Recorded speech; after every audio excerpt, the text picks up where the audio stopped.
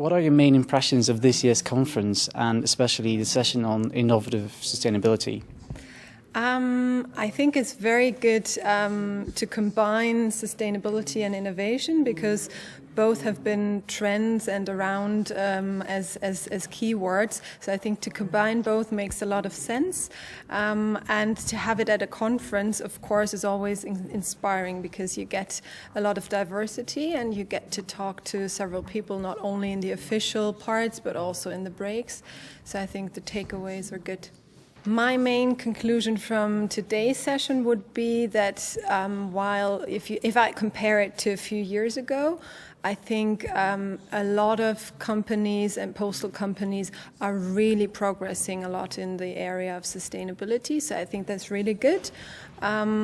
And now I think in addition to that, I have some smaller takeaways that are more from, let's say, break talks and stuff like that. But I think my main conclusion is everyone's moving into the same direction.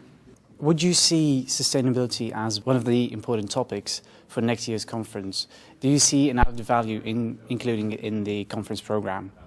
I think if we wanted to include sustainability again in the program, it would be good if we could, I don't know, maybe name it like what's the next big thing in sustainability. I think there has been a good exchange now at the level where we're now, but what's the next thing? How can we move this topic forward as an industry and in general? So I think that would be a valuable contribution to a conference.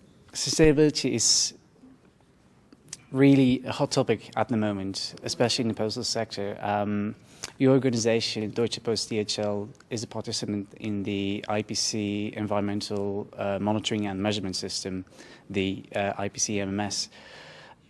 How important are sector-wide sustainability initiatives like the EMMS, according to you?